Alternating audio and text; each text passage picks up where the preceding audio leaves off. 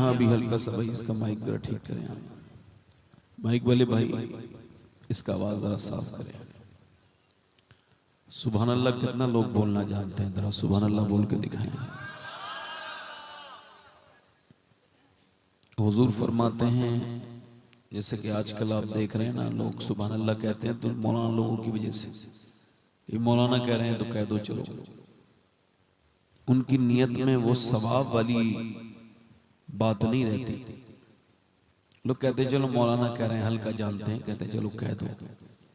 मगर हुजूर फरमाते हैं ये जबान पर हल्का है मगर मीजान पे बड़ा भारी हो जाएगा।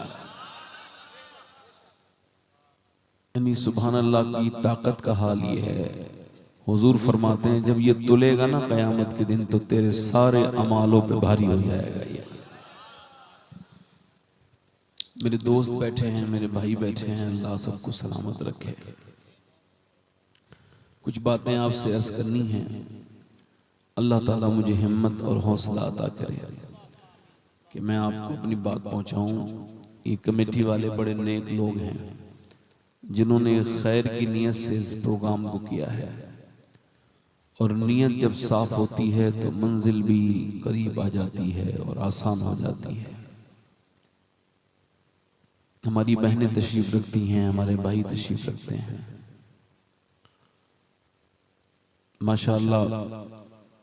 उम्मीद मुझे यही है कि आप में से कोई उठ के नहीं जाएगा इंशाअल्लाह। एक हमारे भाई चले गए हैं, हालांकि मुझे उम्मीद है कि ये भी वापस आ जाएंगे, क्योंकि हम जिन घरों में जाते हैं वो घर हमारे नहीं हैं। वहां से तो जैसे हमने अपने बापों को जाते देख लिया, दादा परदादा की मैयतें निकलती देख ली, जैसे हमने अपने रिश्तेदारों को उनके घरों से निकलते देख लिया, ऐसे ही अनकरीब दुनिया हमारी भी जनाजे निकलते देखेगी। घर वो नहीं है जिसको आप अपना घर समझते हैं, बल्कि इसकी आवाज से मुझे दिक्कत है। हाँ, इसमें चलाइएगा। हाँ ठीक है। सैयदना मौला अली फरमाते हैं ये दुनिया ठहरने की जगह नहीं है, ये तो गुजरगाह है, ठहरने की जगह आखिरत है। इसी वजह से दुनिया में मुसलमान को नाकाम देख करके मेरा दिल घबराता नहीं। मैं अपनी बात कर रहा हूं, मैं मुसलमान को पासमानदा देखूं, गरीब देखूं तो मेरा दिल घबराता नहीं, बल्कि मेरी उम्मीद ये रहती है कि इसकी दुनिया चाहे बेहतर हो ना हो मगर अल्लाह इसकी आखिरत बेहतर कर दे। हम सब की आखिरत आपके हिसाब से एक चपरासी है और एक है बादशाह, एक है उसका नौकर, मगर मरने के बाद नौकर को अल्लाह ने बख्श दिया और बादशाह जहन्नम में चला गया, तो आपके हिसाब से कौन कामयाब है? देखो बेटा, तुम कोई अनोखे नहीं हो, सब मुसलमान हो। अगर बोलना है तो बैठो, वरना कैमरे लगे रहो और निकल जाओ यहाँ से। उसकी वजह यह है कि आप लोग आगे ही बैठते हो और बिल्कुल रिएक्ट नहीं करते। आप लोगों को इसकी जरूरत है, हुजूर के इन बयानात की, हुजूर के बयान को किसी की जरूरत तो इतना इसमें न लग जाओ कैमरे में कि भूल जाओ कि मैं मुसलमान भी हूँ, मुझे कुछ बोलना भी है, यहाँ बैठा भी हूँ, ये महफिल रसूल भी है। यूट्यूबर बाद में बनो, पहले हुजूर के आशिक बनो। हाँ, अगर आप बोलोगे तभी यहाँ बैठो, वरना आगे आके माहौल खराब करने का मिजाज ये ठीक नहीं है मेरे भाई, इससे दीन का नुकसान होता है। मैं आपसे क्या अर्ज कर रहा था, कामयाब कौन है आपके हिसाब से? वो चपरासी कामयाब है जिसे अल्लाह ने बख्श दिया, या वो बादशाह कामयाब है जो जहन्नम में चला गया?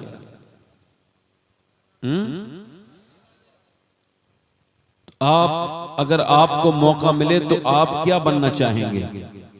वो 10-15 साल का बादशाह या फिर हमेशा का जन्नती चपरासी? हाँ, तो फिर नौकर बन के रहो। हुजूर का जो नौकर है इंशाअल्लाह दुनिया में भी कामयाब है, आखिरत में भी। और नौजवानों, मेरे भाइयों, मेरी बहनें बैठी हैं, बस एक ही बात आपसे कहूंगा, इंशाअल्लाह इसके बाद थोड़ी देर अपनी तक़रीर करूंगा। हो सकता है कि आप अपनी जिंदगी को बहुत लंबा समझते हो और आपको इससे उम्मीदें बहुत हैं, मगर मेरे भाई इस्लाम ये नहीं कहता। हम जितने भी मुसलमान हैं सब यही मानते हैं। एक बात बताओ, हुजूर ने फरमाया हर नमाज को आखिरी समझ के पढ़ो। इसका मतलब क्या है? इसका मतलब यह है कि इंसान जब तक नमाज को आखिरी नहीं पढ़ेगा, सैयदना शेख मुहियुद्दीन अब्दुल कादिर जिलानी फरमाते हैं, जो हर सजदे को आखिरी समझ के नहीं करेगा वो सजदे का लुत्फ पूरी जिंदगी नहीं पाएगा, बल्कि जाकर के वो मुर्गे की तरह ठोंगे मारेगा, मगर उसको नमाज का लुत्फ नहीं मिलेगा।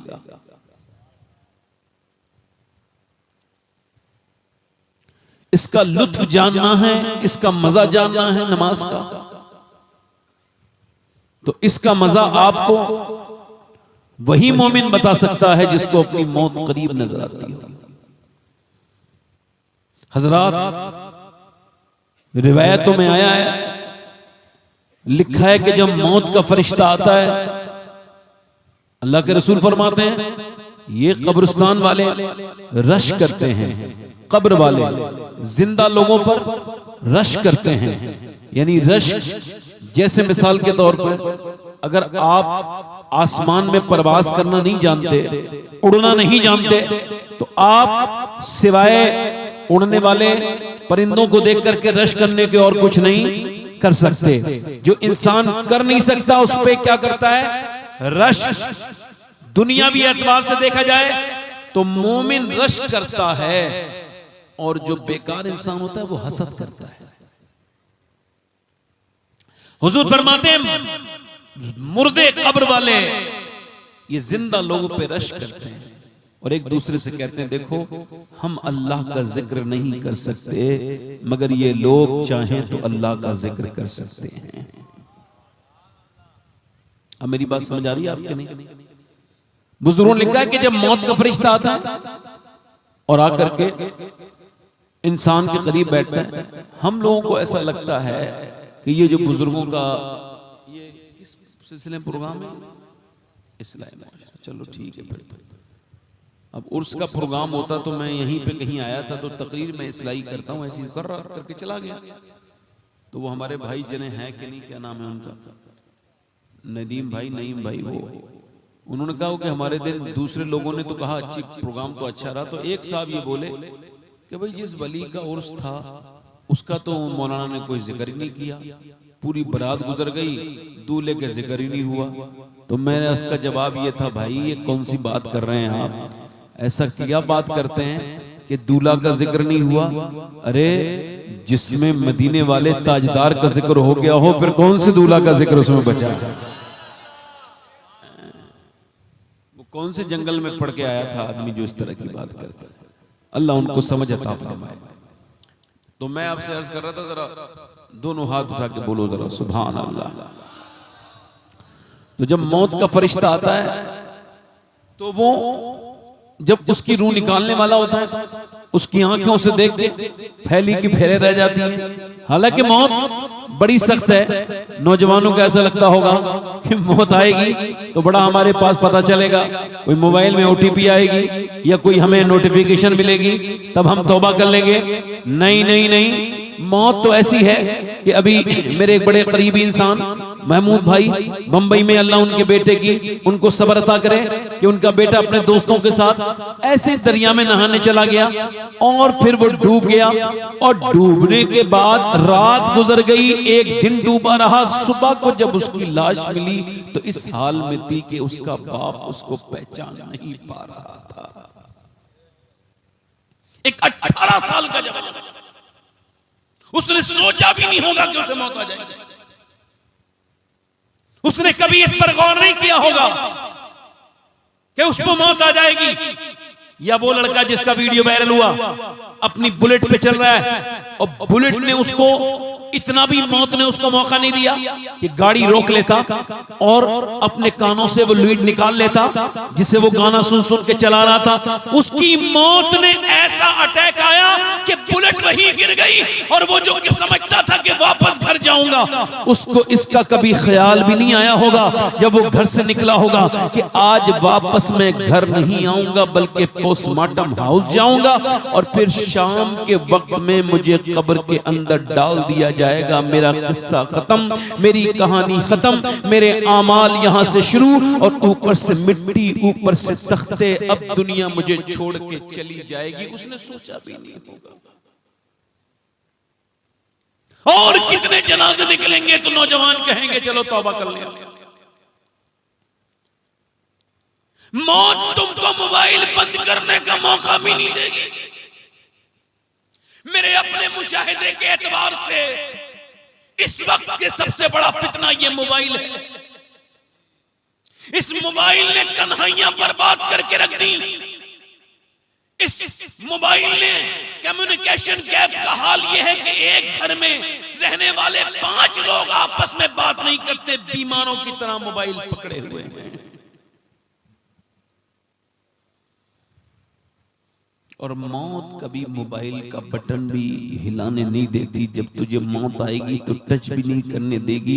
याद रख, मेरी बात पे गौर कर, ये बात सुन, जरा गौर कर। हजरत जुनैद बगदादी कहते हैं कि जब मैं नमाज पढ़ता हूं, कहां चले बेटे, कहां चले, आए क्यों थे पहले? मैं पूछना चाह रहा हूं बेटे, आए क्यों थे? तकरीर सुनने आए थे ना, तो बैठो, जाओ जाओ जाओ। नहीं, आप हंसो मत, मुस्कुराओ मत। मैं चाहता हूं सारे लोग मेरी बात सुने, बस ये और कोई मसला नहीं। इसी वजह से मैं कहता हूं कि जल्दी माइक दे दिया करो भाई, मगर अब नहीं देते लोग तो क्या करें। अभी एक मैं अंदर बैठा था, साहब आए, कैसा सफर रहा? मैंने कहा बड़ा खराब सफर रहा भाई। ये सवाल नहीं पूछने चाहिए, सफर कैसा रहा, ये सवाल बेमतलब है। ये कहा करें कि अल्लाह हमारा दुनिया आखिरत के सफर में आसानी अता करे। मैं आपसे अर्ज कर रहा था, और किसी साहब को उठ के जाना हो तो उठ के चले जाओ, बीच में मैं ऐसे डिस्टर्ब हुआ हूं तो फिर हो जाऊंगा, वरना मैं बात अपनी कहते कहते बीच में रुकेगी तो मजा फिर खत्म हो जाएगा, बात का मतलब समझ में नहीं आएगा आपके जो मैं बात कहना चाह रहा हूं आपसे। दरूद पाक पढ़ लीजिए। उम्मीद रखता हूं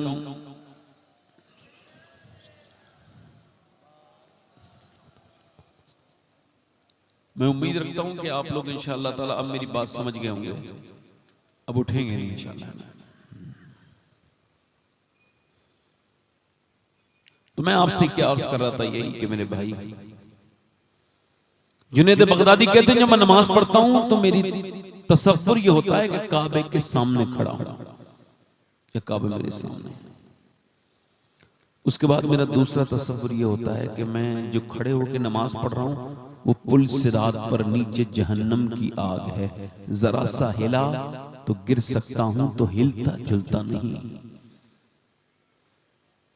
और तीसरी मेरी ये नियत होती है कि जब मैं सजदे में जाता हूं तो सोचता हूं कि मौत का फरिश्ता खड़ा है, इस सजदे के बाद मेरी रूह निकाल लेगा तो फिर तड़प के रोता हूं और अपने रब से कहता हूं मालिक मेरे इस सजदे को कबूल कर लेना, मुझे दूसरे सजदे की कोई उम्मीद नहीं। मगर ये चौराहे पे बैठे हुए नौजवान, ये मुसलमान लड़के, इनके मोबाइलों में गंदगी, इनके मोबाइलों में गेम, इनके मोबाइलों में फ्री फायर, इनके मोबाइलों में ये वीडियो गेम कि रमजान के महीने की तराबियां नहीं, रमजान गुजर रहे हैं और नौजवान मोबाइलों में लगे हुए हैं। इधर कुरान पढ़ा जा रहा है, उधर फलस्तीन के बच्चों का कत्ले आम हो रहा है, उधर हिंदुस्तान के बच्चे IPL पे सट्टा लगा रहे हैं। जब तारीख लिखी जाएगी तो ये जरूर लिखेगा मौर्य कि जब फलस्तीन बर्बाद हो रहा था और जब वहां के बच्चों को खाने की और वहां पे बिकने वाला 5 रुपए का बिस्कुट जो हिंदुस्तान में 5 रुपए का पार्ले जी बिकता है वो 2500 रुपए का बिक रहा था। तब मुसलमान औरतें शादियों में बेपर्दा घूम रही थी हिंदुस्तान की। ये तारीख जब लिखी जाएगी तो ये बात बड़ी जली लफ्जों में लिखी जाएगी कि जब मुसलमान वहां के दबाव बर्बाद हो रहे थे, तब हिंदुस्तान के मुसलमान अपनी शादियों में खाने के ऊपर चल रहे थे, उसकी बेहुरमती कर रहे थे। मेरे दोस्तों, मेरे भाइयों, अब जब मौत का फरिश्ता आया है तो वो जब उसको देखता है तो उसकी आंखें फैली की फैली रह जाती हैं। और बुजुर्ग लिखा है, वो कहता है कि भाई मुझे थोड़ा वक्त दे दो, थोड़ा कुछ वक्त दे दो, मैं अपने रब से तौबा कर लूं।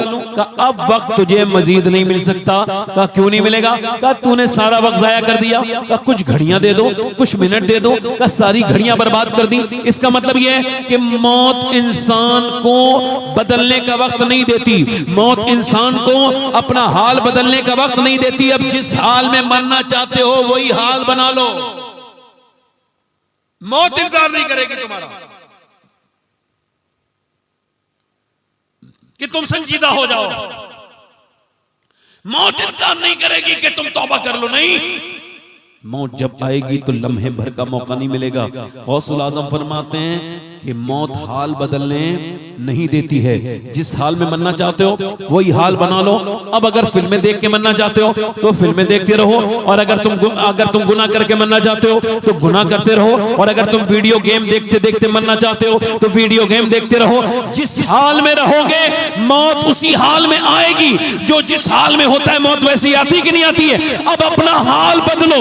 अगर हाल बुरा है तो तुम्हारा हाल अच्छा है तो जिंदगी का हाल अच्छा है। ऐसे न मरो, ऐसे न मरो कि तुम वीडियो गेम देख के मर रहे हो, बल्कि तुम्हारे अमालनामे में ये लिखा जाए कि ये जब रात मरा था तो इसने पहले फिल्म गंदी देखी थी फिर मरा था, ताकि तुम कब्र में जाओ तो तुम्हारी निगाह उठ ना पाए। बल्कि ऐसे मरो कि तौबा करके मरो, ऐसे मरो कि अल्लाह तुमसे राजी हो जाए। ऐसे न मरो कि दुनिया तुम पे तुफ करे, ऐसे न मरो कि मौत तुम्हें हसरत और नदामत के सिवा कुछ न दे। मरो तो ऐसे मरो कि बरेली में एक बुजुर्ग हैं, उनके इंतकाल से पहले उन्होंने इस मगरिब की नमाज पढ़ी और उसके बाद वो बेहोशी में चले गए, और बेहोशी में जाने के बाद उनका तकरीबन अपनी मौत से 1-1.25 घंटे पहले आंख उनकी खुली, उनको होश आया। तो उन्होंने पहला सवाल ये किया, क्या मैंने इशा की नमाज पढ़ ली? मुरीदों ने कहा नहीं पढ़ी। का वुजू कराओ। बड़ी मुश्किल से वुजू कराया, फिर खड़ा कर दिया। अब खड़ा करने के बाद सबको हटा दिया। एक बुजुर्ग ने 40 मिनट तक आखिरी नमाज पढ़ी, और आखिरी नमाज पढ़ने के बाद लेट गए अपने बिस्तर पे और फरमाया लोगों अब मैं दुनिया से जा रहा हूं, मेरी तरफ से अगर किसी को कोई मेरी गलती हुई हो और किसी का दिल दुखाया हो तो मुझे माफ कर देना। ये कह के वो बुजुर्ग अल्लाह अकबर दुनिया से जाने लगे और लोगों से कहने लगे पढ़ो कलमा। अब जरा गौर करो, मुरीद सारा घर भर रहा है, पूरा के मोहल्ला भर रहा है, सब पढ़ रहे हैं ला इलाहा इल्लल्लाह। इधर ये बुजुर्ग कह रहे हैं पढ़ो कलमा, उधर वो खुद भी कलमा पढ़ रहे हैं, उधर वो जो लोग सामने खड़े हैं वो भी कलमा पढ़ रहे हैं। और वो ये गए और वो गए, उनकी रूह निकल गई, दुनिया से चले गए, मगर दुनिया को ये बता के गए अगर जिंदगी भर कलमा पढ़ोगे तो तुम लोगों को याद नहीं करो, तुम्हें लोग याद नहीं कराएंगे कि कलमा पढ़ो, बल्कि तुम कहोगे लोगों कलमा पढ़ो मैं दुनिया से जा रहा हूं। तो ऐसी मौत नहीं आनी चाहिए कि तुम जब मर रहे हो तो लोग तुमसे कहे कलमा पढ़ो, बल्कि तुम्हारा होश हवास इतने साफ होने चाहिए कि जब तुम इंतकाल करो लोगों से कहो कलमा पढ़ो मेरी मौत करीब आ गई। और तुम दुनिया से ये कह रहे हो कि जब तू आया था तो दुनिया हंस रही थी और तू रो रहा था, मगर जब तू दुनिया से जाए तो ये हाल होना चाहिए कि तू मुस्कुरा रहा हो और दुनिया हंस रही हो। उस अजीम बुजुर्ग का नाम आला हजरत का शहजादा हुजूर मुफ्ती आजम हिंद था, जिसने जिंदगी भी ऐसी जी जिसकी कोई मिसाल नहीं मिलती। अल्लाह ने उसे मौत भी ऐसा अता की जिसकी कोई दूसरी। नारे तकबीर, नारे रिसालत, मसलक आला हजरत।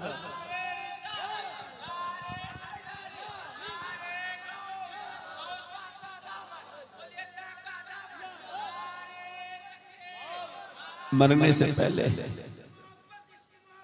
आला हज़रत आला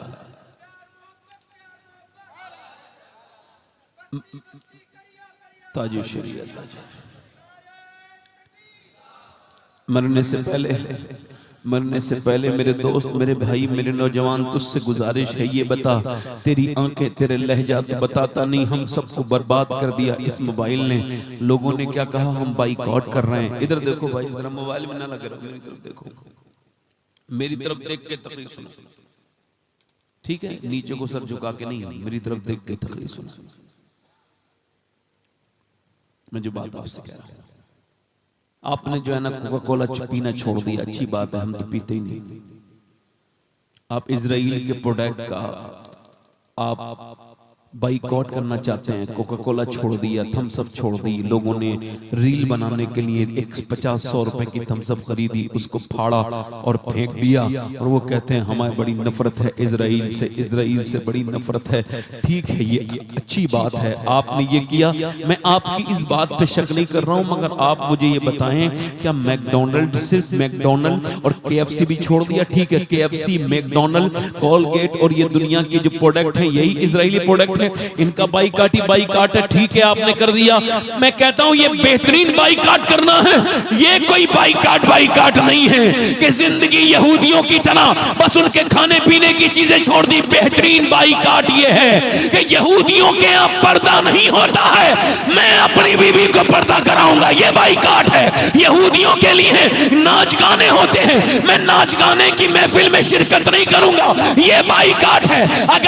अगर कोका कोला उनका है, अगर KFC उनका है, अगर मैकडोनल्ड उनका है, अगर ये कोलगेट उनका है, अगर ये दुनिया के और प्रोडक्ट उनके हैं, तो इंस्टाग्राम भी तो उन्हीं का है, फेसबुक भी तो उन्हीं का है। नौजवानों, अगर बाइकाट करना है तो इरादा करो, आज से ना फेसबुक चलेगा, ना इंस्टाग्राम चलाएंगे, बल्कि हमारे मोबाइलों में उस कुरान को पढ़ेंगे जो मदीने वाले के ऊपर उतरा है।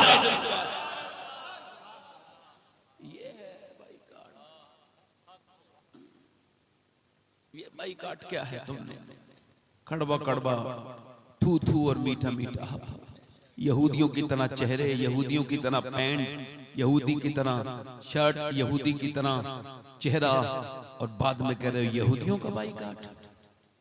ये तुमको लगता होगा, किसी मस्खरे को लगता होगा, मुझे तो नहीं लगता। हाँ, मैं, अल्लाह ने मुझे दिमाग दिया है।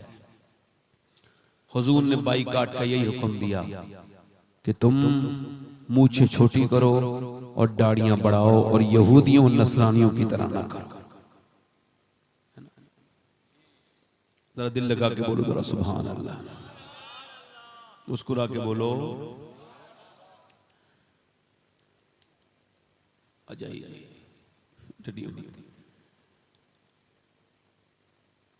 दिल लगा के बोलो जरा सुभान अल्लाह। तो इंशाल्लाह उम्मीद रखता हूं सारे लोग आज से ये सोचेंगे कि किस हाल में मरना चाहते हैं, ना? वही हाल बना के रखना। एक तकरीर हो गई, इतनी काफी है कि जिस हाल में मरना चाहते हो वही हाल बना लो। अगर तुम नमाज पढ़ते पढ़ते मरोगे तो इंशाअल्लाह अल्लाह ताला की रहमतें तुम्हारे साथ आएंगी, तुम नमाज पढ़ते पढ़ते उठोगे। अगर तौबा रोज करने की आदत डालोगे तो बगैर तौबा के नहीं मरोगे, तौबा कर चुके होगे। हाँ, एक कलाम के 2-3 शेर में पढ़ना चाहता था, इजाजत हो तो बताओ। दोनों हाथ उठा के बोलो, कितने लोग सुनोगे? मदीने सब लोग जाना चाहते हैं। हमारे मदीने के साथी हैं हमारे हजरत मौलाना नासिर हुसैन साहब क़िबला, हमारे सैयद फजल रसूल भाई। अगर आप कहें तो 2-3 शेर पढ़ दूं, आप मेरे साथ पढ़ोगे इंशाअल्लाह? जरा दिल लगा के बोलो, या रसूल अल्लाह। ऐसा नबी से कहना जो मदीने को तू जाए, हल्का सही को बढ़ाए, ऐसा नबी से कहना।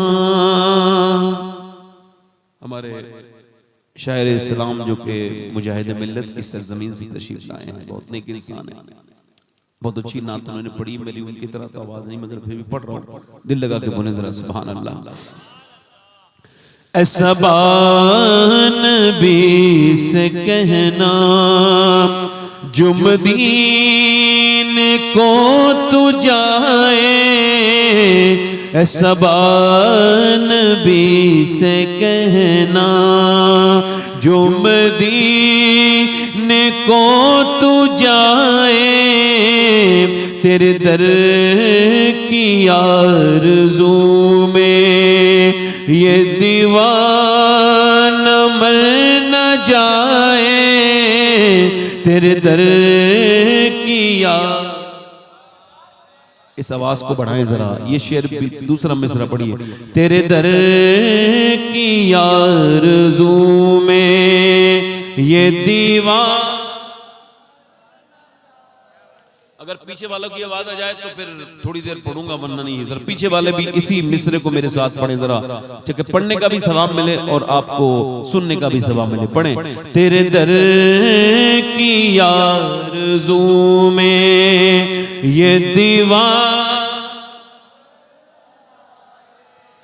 आप सबको हुजूर के सदक़े में आवाजें नहीं मिली, तो इन आवाजों को जरा मुस्कुरा के बोलिए और पढ़िए।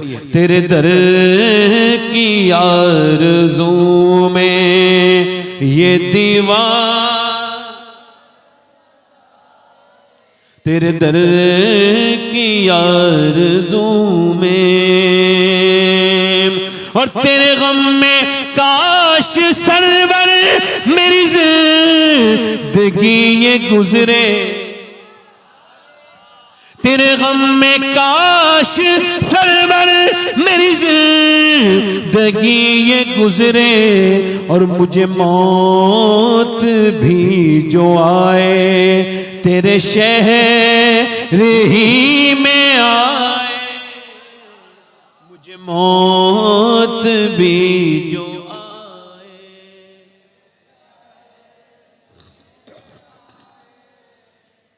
तेरे दर की आरज़ू में ये दीवार। सबा नबी से कहना, और जब जिक्र जन्नतों का वाइज के लब पे आए, जब जिक्र जन्नतों का वाइज के लब पे आए, तो तेरे आशिकों को आका तेरा शहर याद आए, तेरे आशिकों को आका। और सोचो तो कैसा होगा जज्बा अबू बकर का, सोचो तो कैसा होगा जज्बा अबू बकर का, कांधे पे मुस्तफा को जो गार लेके जाए, कांधों पे मुस्तफा को जो गार पे चढ़ाए, तेरे दर की आरज़ू में ये दीवार, तेरे दर की और सरकार की नजर का ये हाल है उमर का, सरकार की नजर का ये हाल है उमर का, वो जिधर जिधर से गुजरे शैतान भाग, वो जिधर जिधर से गुजरे, पीछे वाले शैतान तेरे दर की आरज़ू में। अच्छा, एक शेर पढ़ रहा हूं मैं, किसके लिए पढ़ रहा हूं और क्या वाकया इसमें मैंने इसमें इशारा किया है इस वाकये में, तो आप इसको समझ जाएं तो ठीक है, नहीं समझें तो मैं समझाऊंगा नहीं। शेर सुनिए, ये पढ़ लें मेरे साथ। तेरे दर की आरज़ू में ये दीवार जिसे मुस्तफा दुआ दे आबे दहन लगा दे, जिसे मुस्तफा दुआ दे आबे दहन लगा दे। अरे फिर शेर वो खुदा का खैबर उखाड़ आए, फिर शेर वो। इसमें मैंने शेर तो 20-22 लिखे हैं, मगर ये आखिरी शेर पढ़ रहा हूं इस वजह से कि थोड़ा रात ज्यादा हो जाएगी, पूरा कलाम पढ़ूंगा तो ये शेर एक सुन लीजिए।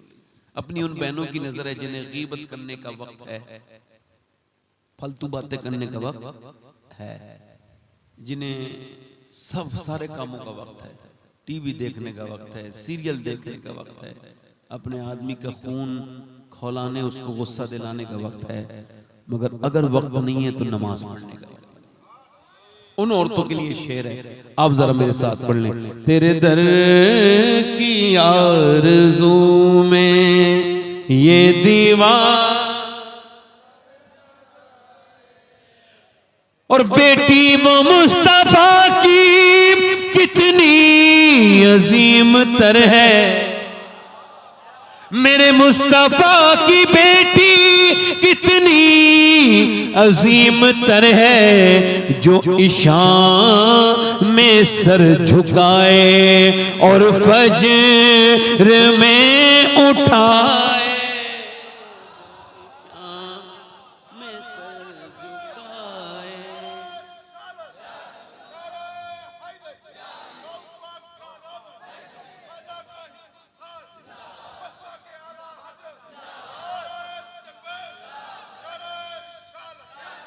बेटी वो मुस्तफा की कितनी अजीम तर है, जो इशान में सर झुकाए और फज्र,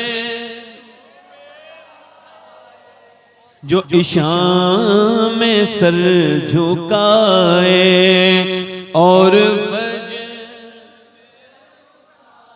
तपती हुई ज़मीं पर हजरत बिलाल बोले, तपती हुई ज़मीं पर हजरत बिलाल बोले कि या रसूल अल्लाह छूटे न तेरा दामन, ये जान जाए जाए, ये जान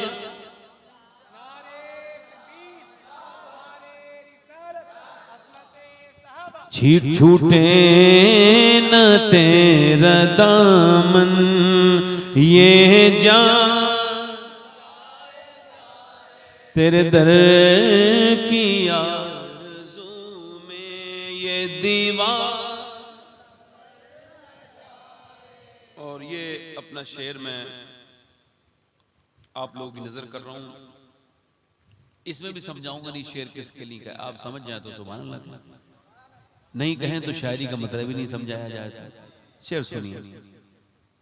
तेरे दर की आरज़ू में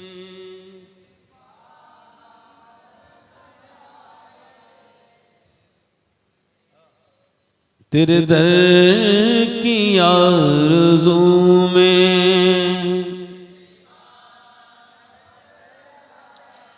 कोई मिसले इब्न हैदर न हुआ है और न होगा, कोई मिसले इब्न हैदर न हुआ है और न होगा, जो सितम के तीर खाए और खा के मुस्कुराए, के तीर खाए।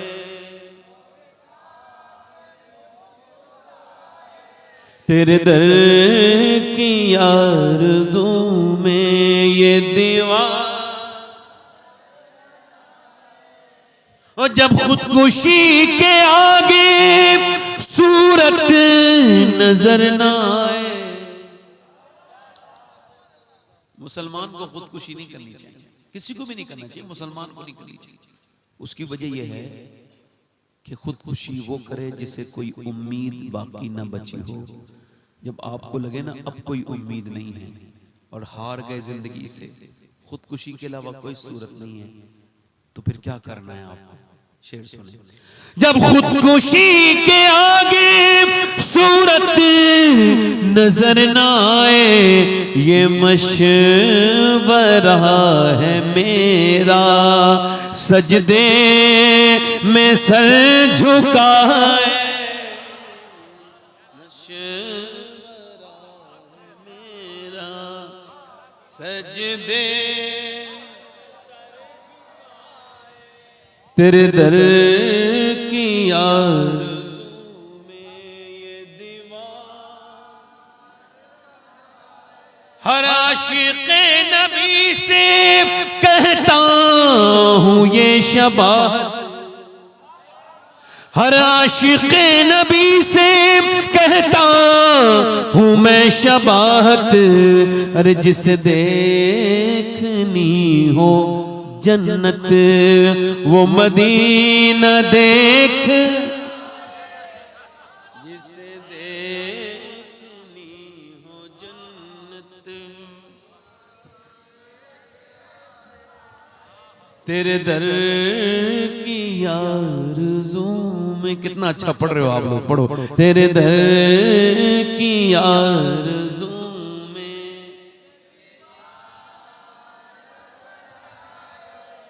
तेरे दर की आरज़ू। इंशाअल्लाह कुछ दिनों के बाद ये कलाम लोगों की ज़बान पे आ जाएगा, अल्लाह चाहेगा। क्योंकि हुजूर की मोहब्बत में जो भी बात कहो अल्लाह उसको अमर कर देता है। दुनिया में बड़े बड़े पढ़े लिखे गुजरे, बड़े बड़े काबिल लोग गुजरे, मगर उनके निशान मिट गए। मगर जिसने हुजूर से मोहब्बत की उसने एक ही बात कही, बेनिशानों का निशान मिटता नहीं, मिटते मिटते नाम हो ही जाएगा। बेनिशानों के निशान। मैं फिर आपसे कह रहा हूं मेरे भाइयों, मेरे भाइयों, दोस्तों, मेरी बहनों से गुजारिश कर। अच्छा ये बताओ, इकबाल ने कहा था लड़कियां पढ़ रही हैं अंग्रेजी और ढूंढ ली कौम ने फला गिरा, ये रविश कैसे गुल खिलाएगी, पर्दा उठने की मुंतज़िर है निगाह। आज लड़कियां पढ़ लिख करके माँ बाप के सामने जबान चलाने लगी। मुझे बताओ, जो लड़की अपनी माँ के साथ बदतमीजी करे और कॉलेज की पढ़ी लिखी हो, अच्छी काबिल हो, वो बेहतर है या जो बिल्कुल पढ़ी नहीं है, माँ बाप की फर्मा बरदार है, वो बेहतर? कह रहे हो यार बड़ा पुराने हिसाब का मौलाना है ये। दुनिया कहती है तालीम हासिल कराओ और ये मौलाना कह रहा है कि ये ना कराओ। तो फिर बता रहा हूं आपको, जिन स्कूलों में लड़कियों को बचपन में नाचना सिखा दे, जो स्कूल लड़कियों को अपने सिलेबस में, अपने निसाब में जो नाचना सिखाए, उस स्कूल की बच्ची हयादार बच्चा पैदा नहीं करेगी, बेहयाई पैदा करेगी।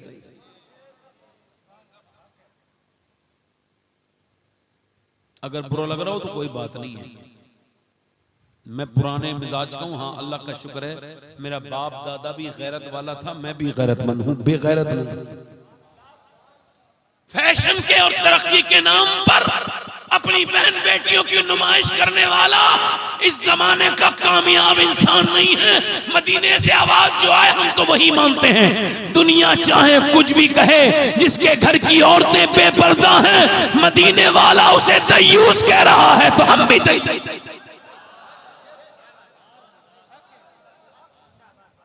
चाहे पैसे के चक्कर में किसी सेठ की तारीफ करते वक्त कोई ये ना देखे मौलवी कि इसके घर की औरतें तो बेपर्दा रहती हैं, ये तो दयूस है, मैं इसकी तारीफ इस वजह से करूं कि इसका पैसा है। मेरा इमाम कह के चला गया, करूं मदे अहले दुवल नज़ा, पढ़े इस वाला।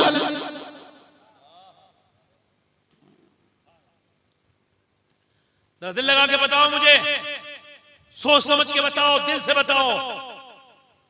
जो लड़की 5-6 साल की उम्र में नाच रही हो, बड़े होके क्या वो नेक औरत बनेगी?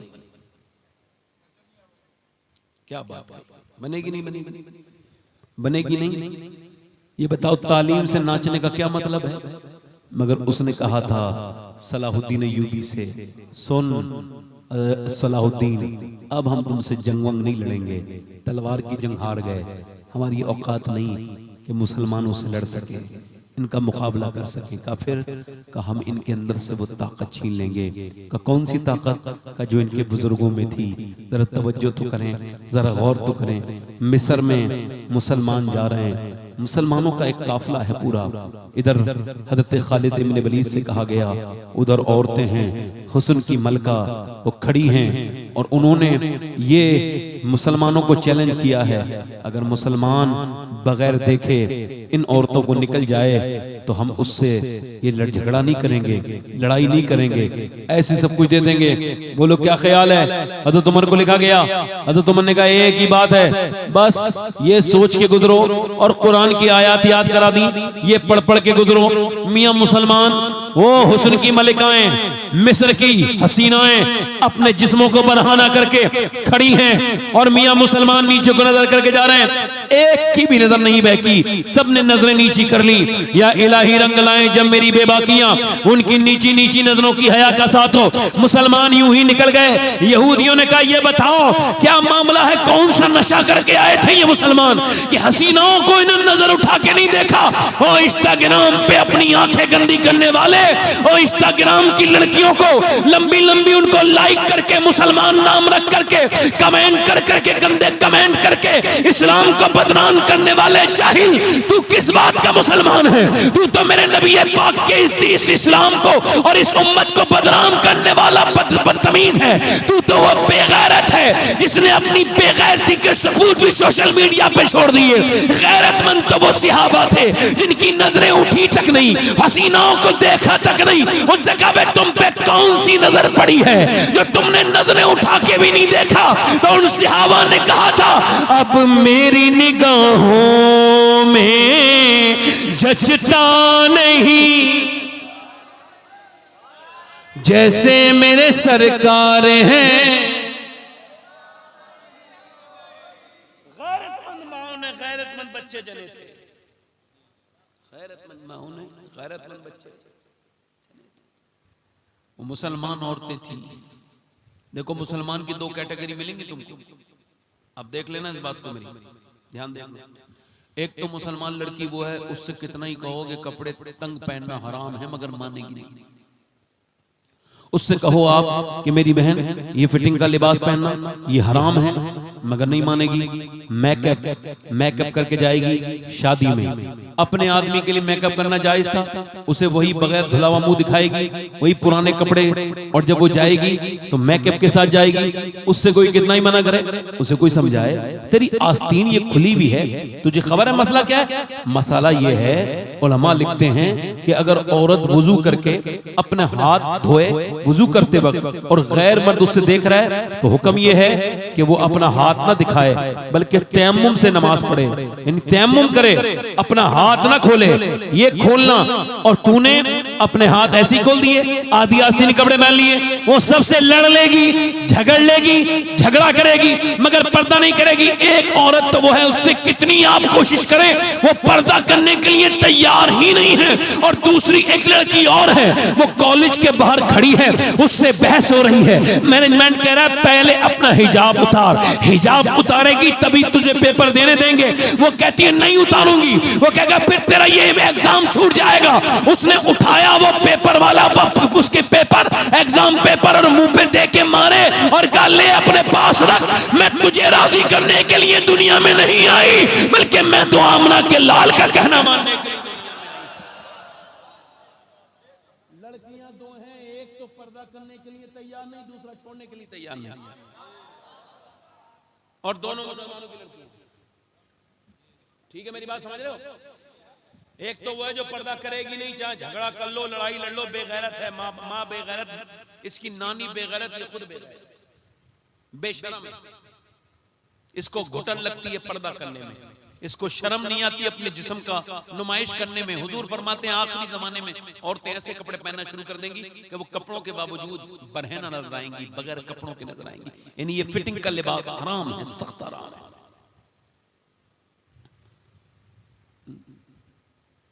अगर ये बात औरतों से कहो तो वो कहती है नहीं नहीं, पर्दा तो आंखों का नहीं होता, दिल का होता है। दिल का क्या का होता है? जल्दी बोलो, अभी कुछ औरतों ने निकाला है दिल का। अरे तो ये बता तेरे दिल पे कोई आशिक हुआ है आजकल? किसी ने कहा मैं दिल का आशिक हो गया। जो भी आशिक होता है यही कहता है मैं आंखों का आशिक हो गया, मुझे होंठ अच्छे लगे, मुझे गाल अच्छे लगे, औरतों के रुखसार अच्छे लगे। यही तो सब बातें होती हैं। किसी ने कहा है दिल अच्छा लगा, बोलो दिल तेरा कौन देख रहा है? मगर नहीं साहब, ये जाहिलों वाली दलीलें देने से क्या मतलब है? अम्मी आयशा सिद्दीका फरमाती हैं मैं हज पे जा रही थी हुजूर के साथ, तो फरमाती हैं कि जब हमने देखा कि सहाबा इकराम थोड़े आगे चले गए, हुजूर ने फरमाया आयशा आप चेहरा खोल लो। जब सहाबा की गाड़ियां नजदीक आई, उनकी ऊंटनियां, तो कहा अब चेहरा बंद कर लो। यानी वो दूर जाते तो मैं चेहरा खोल लेती, जब करीब आते तो चेहरा बंद कर लेती। अब बताओ जब नबी पाक अपनी बीबी को पर्दा करा रहे हैं, तो ये बताओ नबी पाक की बीबी ज्यादा भरोसे के लायक है या जाहिल तेरी बीबी? बताना भाई। कुरान ने कहा महबूब आप अपने घर की औरतों से कहें, बीबियों से कहें, बेटियों से कहें। अल्लाह फरमा रहा है हुजूर की बेटियां अपना चेहरा ढक ले, और तुम क्या कह रहे हो? नहीं इंसाफ को जरूरी थोड़ी बर्बादी इंसान का। मैं अजान पढ़ने वाला हूं, मैं कोई मस्जिद में नमाजी पकड़ के नहीं लाऊंगा। मैं तो आपको बता रहा हूं जो औरत पर्दा करेगी कयामत के दिन हुजूर की बेटी के साथ उठेगी। जो पर्दा नहीं करेगी वो उसी बंबई की बेगैरत औरत के साथ जहन्नम में जाएगी जिसकी नकल करके वो बेपर्दा हुई। एक साहब से मैंने कहा था बहुत दिनों पहले, दिल लग रहा आप लोगों को? नहीं ए भाई बैठ जा भाई, आपका दिल लग रहा है? देखो दिल लग रहा है माशाअल्लाह।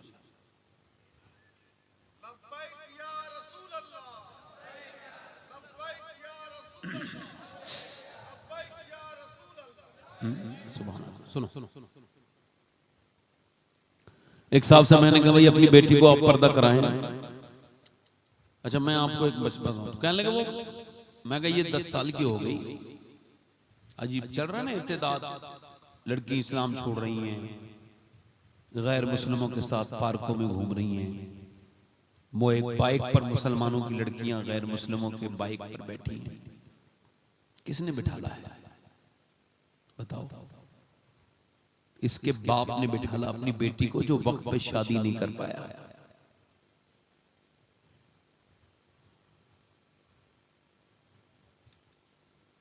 बुरा ना मानना मेरे भाई, इको कम करो भाई थोड़ा, इको। ए भाई इको कम करो थोड़ा सा, इसका बेस कम करो, इसका टेबल बढ़ाओ हल्का सा। मुसलमान लड़के अपनी जानों पे खेल के उनके वीडियो बना रहे हैं कि उनके माँ बाप तक पहुंचाएं। उनको क्या पता कि माँ बाप तो पहले ही बेगैरत हैं। अगर गैरतमंद घर की इज्जत होती तो 1 मिनट के लिए भी आंखों से जुदा नहीं करते। मुसलमान लड़कों को जेल भेजा जा रहा है सिर्फ इस वजह से कि तुम अपनी बहनों की इज्जत पे पहरा क्यों दे रहे हो। मगर इससे कोई फायदा नहीं। उस आदमी से मैंने कहा अपनी बेटी को पर्दा कराओ, तुम्हारी बेटी 10 साल की हो गई, लिबास पहन रही है इंग्लिश। मर्दों का लिबास पहनना औरत को हराम। अम्मी आयशा फरमाती एक औरत ने सिर्फ और सिर्फ जूता पहना मर्दों का, हुजूर ने उस पर लानत फरमाई। ठीक मेरी बात समझ आ रही है?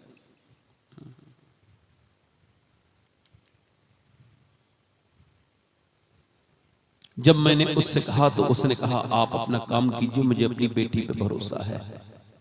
मैंने उससे फिर कुछ नहीं कहा। 12 साल के बाद वही आदमी अपनी सफेद दाढ़ी के साथ एक थाने में बैठा था और अपनी बेटी से कह रहा था मेरी बेटी मेरी इज्जत बचा ले, वो गैर मुस्लिम है, मुसलमान नहीं है, मेरी बेटी चल मेरे साथ चल। मगर बेटी कहने लगी मेरे बाप मैं अपनी दूर आ गई कि अब वापसी के रास्ते मेरे सारे बंद हैं। तूने मुझे जब समझाने का वक्त था तब नहीं समझाया। मेरे भाइयों आज हमारे घरों की इज्जतें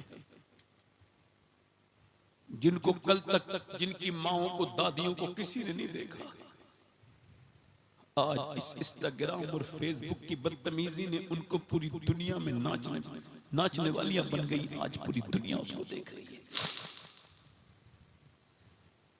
हम आपस में अब भी झगड़ रहे हैं, अपनी बेटियों के ऊपर गौर नहीं कर रहे, कहीं की भी हो, है तो मुसलमान की बेटी, अगर मेरी बहन नहीं है तो इस्लामी बहन तो है।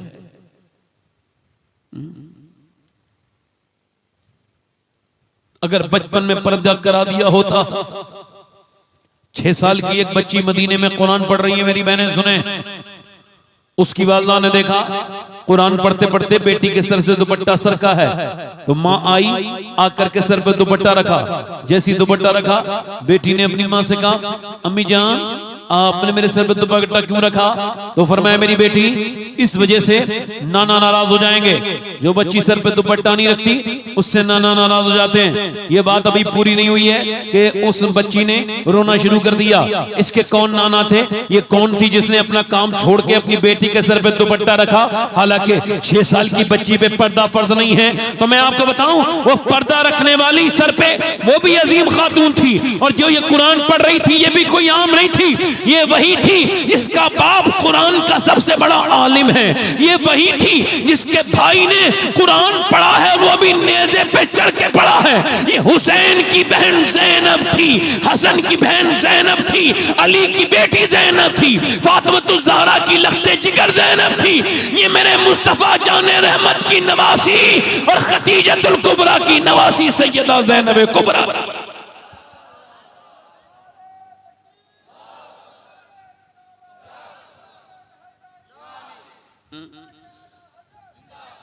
सैयदा ज़ैनब कुरान पढ़ रही है, रो रही है, रोने लगी। सैयदा फातिमा ज़हरा ने कहा मेरी ज़ैनब चुप जा, अब तो सर पे तेरे दुपट्टा है, अब क्यों रोती है? अर्ज़ करने लगी मेरी अम्मी जान मुझे अब माफ कर दे, इस वक्त माफ कर दे। ऐ मेरी अम्मी जान, आज रोने लगी और रोई, चुप जाना ज़ैनब। तो सैयदा ज़ैनब रो के कहने लगी अम्मी जान मेरे नाना से कह देना इस बार मुझे माफ कर दे।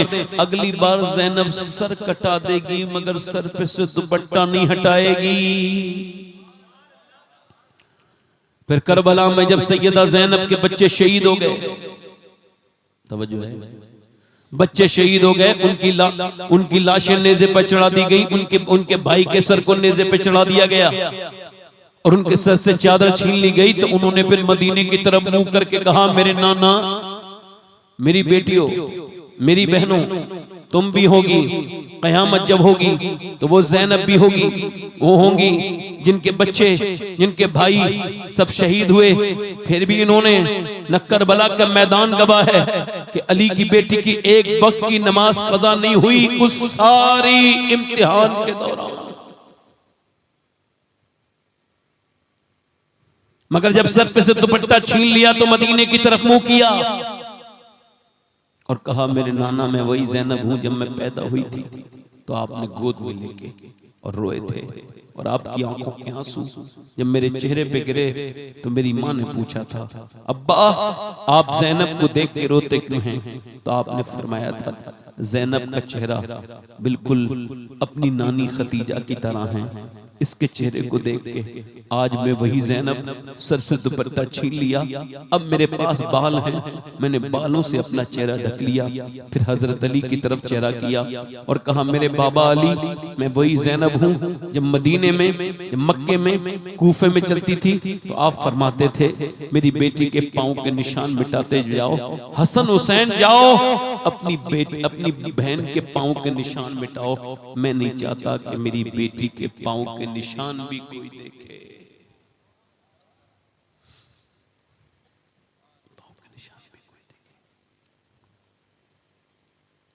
इमाम ज़ैनुल आबिदीन कहते हैं मैंने अपनी फूफी को देखा, 5000 किलोमीटर का सफर तय किया मगर कभी तहज्जुद तक की नमाज कज़ा नहीं की। मैंने पूछा ये कहां से सीखा?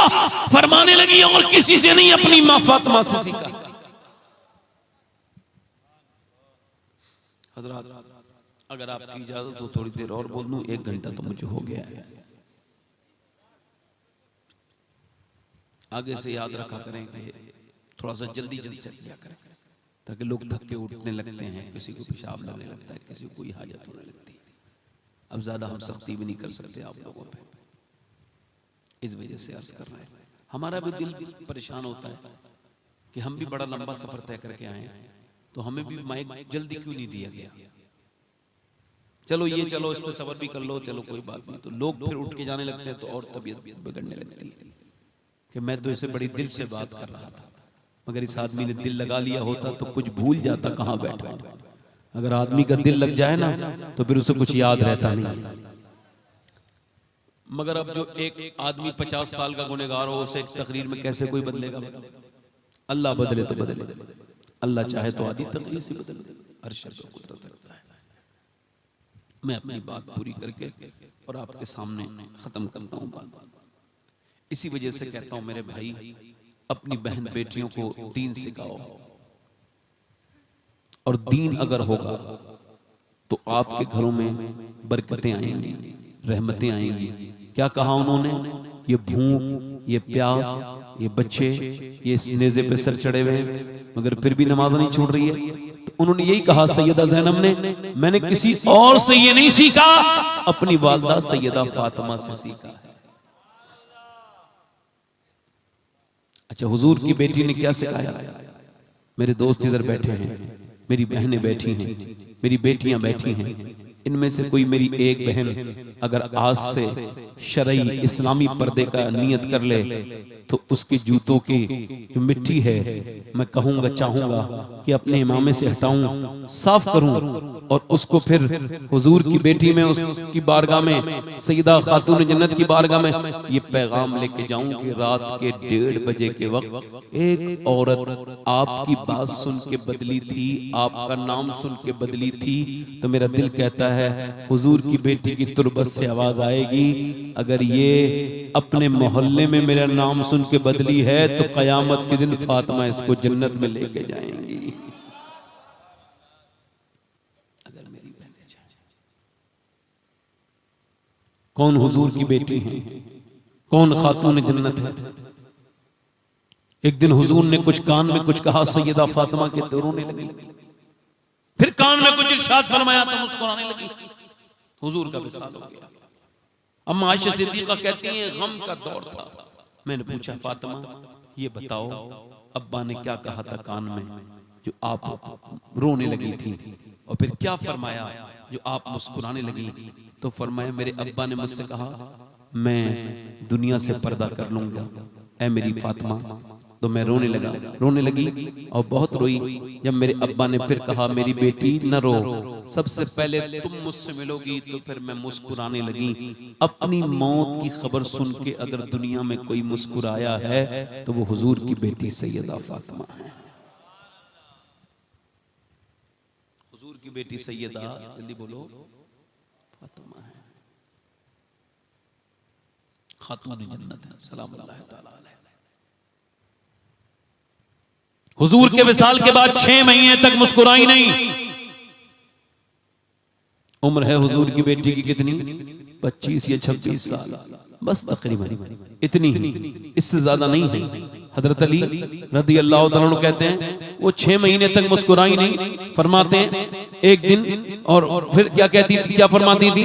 अली चलो रात के वक्त में हुजूर की कब्र मुबारक पे जाती, मेरी बहनें सुन लें, मेरी बेटियां सुन लें, कब्र मुबारक पे जाती, हुजूर की कब्र की मिट्टी उठाती और उसके बाद सूंघती और फरमाती अली देखो मेरे अब्बा की कब्र में ऐसी मिट्टी में इतनी खुशबू है कि जो इसे सूंघेगा उसे कभी मुश्क की खुशबू भी अच्छी नहीं लगेगी।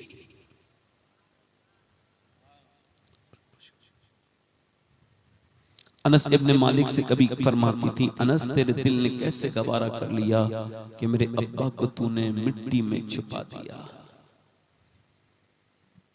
आज 6 महीने के बाद हुजूर की बेटी मुस्कुराई है।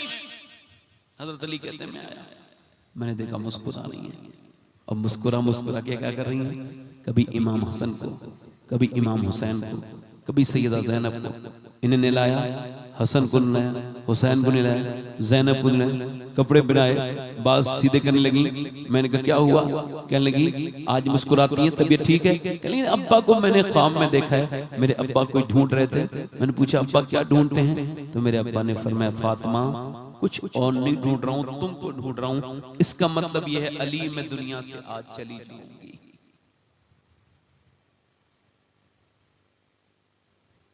हजरत अली कहते हैं फिर उन्होंने मुझसे कहा इस वजह से मैं अपने बेटे हसन को भी नहला रही हूं, आखिरी बार अपने जन्नती जवानों को सवार रही हूं। आखिरी मर्तबा नहला रही हूं। ऐ मेरे सरताज, मेरे बाद मेरे हसन का, मेरे हुसैन का, मेरी ज़ैनब का आप ख्याल रखना। मेरी बहनें सुन लें, मेरी बेटियां सुन लें, उस हुजूर की बेटी की बात जो अपने अब्बा के बाद 6 महीने तक भी बस उसके बाद हुजूर की बारगाह अपने अब्बा के गम में दुनिया से जाने वाली सैयदा तैयबा ताहिरा, सैयदा खातून जन्नत, सैयदा फातिमातुज़ ज़हरा, जिसका आंचल न देखा मोह महर ने, उस रिदाए नज़ाहत पे लाखों सलाम।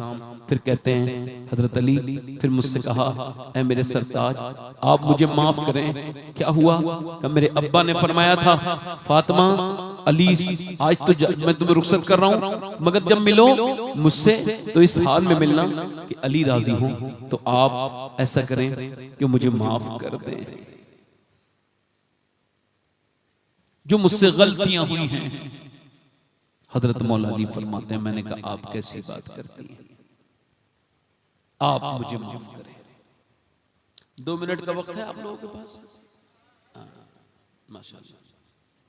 असल में मैंने पहले अर्ज किया था कि जब लोग उठेंगे तो मैं तकरीर कर नहीं पाऊंगा, ये मेरी मजबूरी है, और मैं लोगों को रोक नहीं सकता कि बेचारे अपनी हाजत से जा रहे हैं, और अपनी आदत में बदल नहीं सकता। क्या करूं, मैं ऐसे तकरीर कर ही नहीं पाऊंगा जब तक मेरा दिल न लगे और सुनने वालों का दिल न लगे। तो हम लोग जवाब क्या देंगे अगर हुजूर की महफिल में दिल नहीं लगेगा? हालांकि ये जितने उठ के गए हैं ये अच्छे लोग हैं, मगर अगर इन्हें पता हो जाए कि 1 लाख रुपए मिलेंगे, उठो मत, तकरीर पूरी सुन के जाना, तो ये मर सकते हैं मगर उठ नहीं सकते। अभी कोई थानेदार बिठाल दे तो ये यहीं बैठे बैठे हिलेंगे नहीं, थानेदार बिठाल के गया। मगर चूंकि इनको एहतराम और इकराम नहीं रहा हुजूर के घर वालों की बात का, हुजूर की बात का, इस वजह से मैं भी क्यों आपसे दिमाग लगा रहा हूँ। खत्म करता हूँ मैं, मुझे भी 1 घंटे से ज्यादा ही हो गया, और ये माशाल्लाह ये शीरीनी भी आ गई। अल्लाह ताला आपको जज़ाए खैर अता फरमाए। आखिरी बातें आपसे यही कर रहा हूँ, अपनी बहनों से अपनी जिंदगी को तब्दील करें और अपने मिजाज को बदलें, पर्दे में रहें, नमाज की पाबंदी करें, नमाज का साथ अपने साथ रखें, जो भी बात कहनी है अपने रब से कहें। और आपसे एक आखिरी बात ये कर रहा हूँ नौजवानों, अपने रब से तौबा कर लो, उससे कहो मालिक तू हमें माफ कर दे, तो वो जरूर माफ करेगा। मेरी बहनों आप भी अपने रब से कहो कि माफ कर दो, तो वो जरूर माफ करेगा। एक औरत मूसा अलैहिस्सलाम के जमाने में एक आदमी के पास आई और आके बोली, मेरे बच्चे भूखे हैं, मुझे कुछ दे दे। उसने कहा, मैं तो एक रात में एक औरत से जिना करता हूँ, तू रात को आ जाना, मैं तुझे दे दूंगा। उसने कहा, मैं अपना जिस्म बेचने नहीं आई, वापस चली गई। फिर दूसरे दिन जब पहुंची घर तो बच्चे रोने लगे और एक बच्चा बेहोश हो गया, तो आके बोली, जो तुझे करना हो वो कर लेना, फिलहाल मेरे बच्चे बीमार हैं, मर जाएंगे, कुछ खाने को दे दे। उसने खाने को दे दिया, वो खिला पिला के वापस आई, रात में उसके कमरे में लेटी है, कोई देखने वाला नहीं है, वो है और वो औरत है और वो मर्द है, और ये कांप रही है, वो आगे बढ़ रहा है जिना करने के लिए, ये कांप रही है। इसने इसके हाथ लगाया, वो कांपने लगी, रोने लगी, है रोती क्यों है, पैसे नहीं मिले तुझे? कहने लगी, पैसा सब कुछ नहीं होता, ईमान भी कुछ होता है। का क्या मतलब? कि जब मैं रात को सजदा करती हूँ तब भी अल्लाह मुझे देखता है, और आज मैं जिना करवाने आई हूँ तब भी अल्लाह मुझे देख रहा है। तो उससे मैं यही कह रही हूँ, मालिक अगर मेरे बच्चे भूखे ना होते और मैं परवरदिगार परेशान ना होती तो तेरी बंदी ने कभी जिना नहीं किया, कभी बुरा ना काम करती, मुझे माफ कर दे मालिक। अगर मेरी तरह परवरदिगार मुझ पे करम फरमा, इतनी फूट के रोई, इतनी रोई कि मैं एक मजबूर हूँ ममता के हाथों, वरना कभी ये बुरा काम ना करती। ये कह के रोते रोते वो उसके दिल धुल गया। वो आदमी जो था ना, लगा जा मैं तुझे अपनी बहन बनाता हूँ। उसने पैसे लिए, वो चली गई, उसको पैसे दे दिए। अब ये सजदे में गिर के बोला, मालिक मेरी तरह कोई गुनहगार नहीं, तेरे जैसा कोई करीम नहीं। मालिक एक बार आई थी, हाथ तक नहीं लगाया, और मैंने तो कितनी लड़कियों की इज्जतें लूटी हैं। अगर मेरी तरह गुनहगार कोई नहीं तो तेरे जैसा करीम भी कोई नहीं। वो आदमी जो जिना करने जा रहा था एक सच्ची औरत ने उसके दिल को बदल दिया अल्लाह के फजल से। उसके बाद वो आदमी सो गया, सुबह को दरवाजे पे दस्तक हुई, कौन? दरवाजा खोलो। कौन? दरवाजा खोला, सामने खड़े थे हजरत मूसा। उन्होंने कहा अल्लाह ने तुझे सलाम कहा है, मेरा नाम मूसा है। कह रहे मूसा अल्लाह मुझे सलाम नहीं कह सकता, मैं इस इलाके का सबसे गंदा इंसान हूं, लड़कियों औरतों की इज्जतें लूटता हूं, मैं बहुत घटिया हूं। अल्लाह मूसा आगे बढ़े, जाके बोले सुन, क्या तूने कोई नेकी की है? कहा लगा हाँ, रोया था। कितना रोया था? कहा मेरी आंखों के आंसू ढलक के मेरे गाल तक आ गए थे। मूसा ने कहा सुन, अल्लाह ने मुझे भेजा है, फरमाया मूसा मेरे बंदे से कहना अल्लाह ने उसके आंसुओं को पसंद किया और अल्लाह ने उसे बख्श दिया है।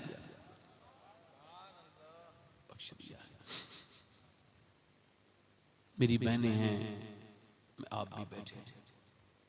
उम्मती जब गुनाह करता है तो हुजूर को तकलीफ होती है, उम्मती जब नेकी करता है तो सरकार खुश होते हैं। हम सबको दुनिया से जाना है, कब्र में हुजूर के सामने जाकर के अपना मुंह दिखाना है, तो अपने रब से तौबा करो। अल्लाह बड़ा करीम है, आपको भी माफ करेगा, मुझे भी। उसके करम का कोई ठिकाना नहीं। बस दो लफ्ज को कबूल कर ले। हाथ उठा के बताओ कितने लोग ऐसे हैं जो हुजूर के नाम पे जान दे सकते हो? दोनों हाथ उठा के बताओ। नीचे हाथ कर। जान देने वाले कुछ भी कर सकते हैं ना। अब एक दूसरे की तरफ ना देखना, मुस्कुराना नहीं। कितने लोग ऐसे हैं जो आज से हुजूर के नाम पे जान भी दे देंगे और आज से पूरी दाढ़ी भी रखा लेंगे। वो इस महफिल में जरा खड़े हो जाएं। जो आज से पूरी दाढ़ी रखाएं वो मुसलमान खड़े हो जाएंगे। है कोई आशिक रसूल इस पूरी महफिल में जो आज से सुन्नत रसूल के साथ अपनी जिंदगी गुजारे? कोई आशिक रसूल हो तो खड़ा हो जाए। है कोई इस महफिल में, पूरी महफिल में, जो आज से पूरी सुन्नत रसूल रखाए, पूरी दाढ़ी को अपनी जिंदगी में लेकर के आए? कोई इधर से कोई आशिक रसूल हो तो खड़ा हो। इधर आ जा बेटा, इधर आ जा। दूसरा आशिक रसूल है कोई इस महफिल रसूल में? आ जाए मेरा नौजवान भाई, अपने उस पैगंबर की रजा के लिए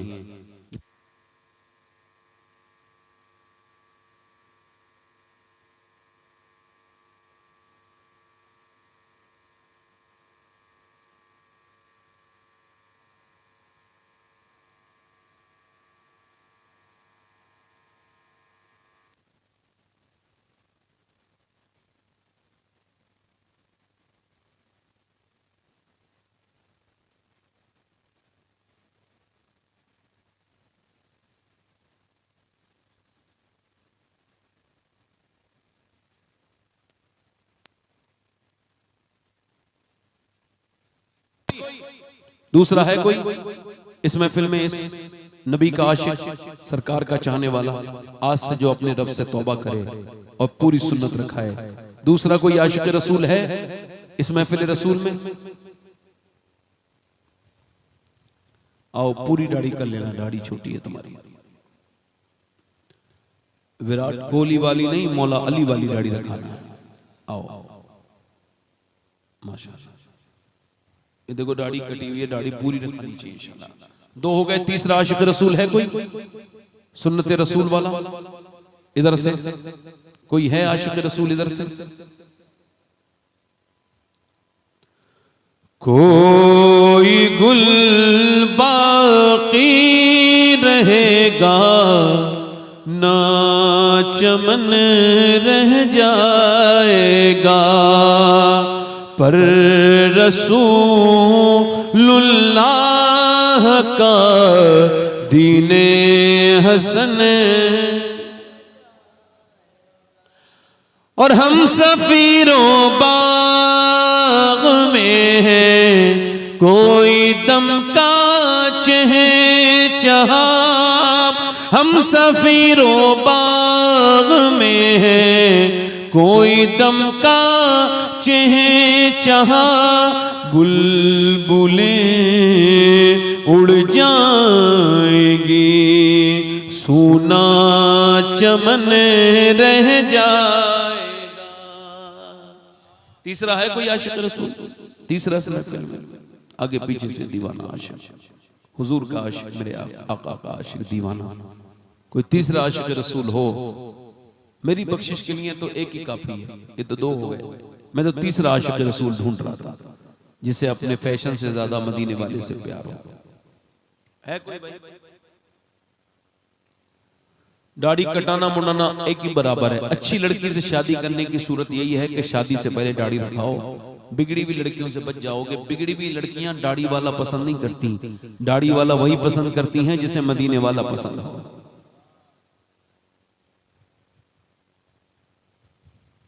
दाढ़ी रखाने के लिए उठे हो?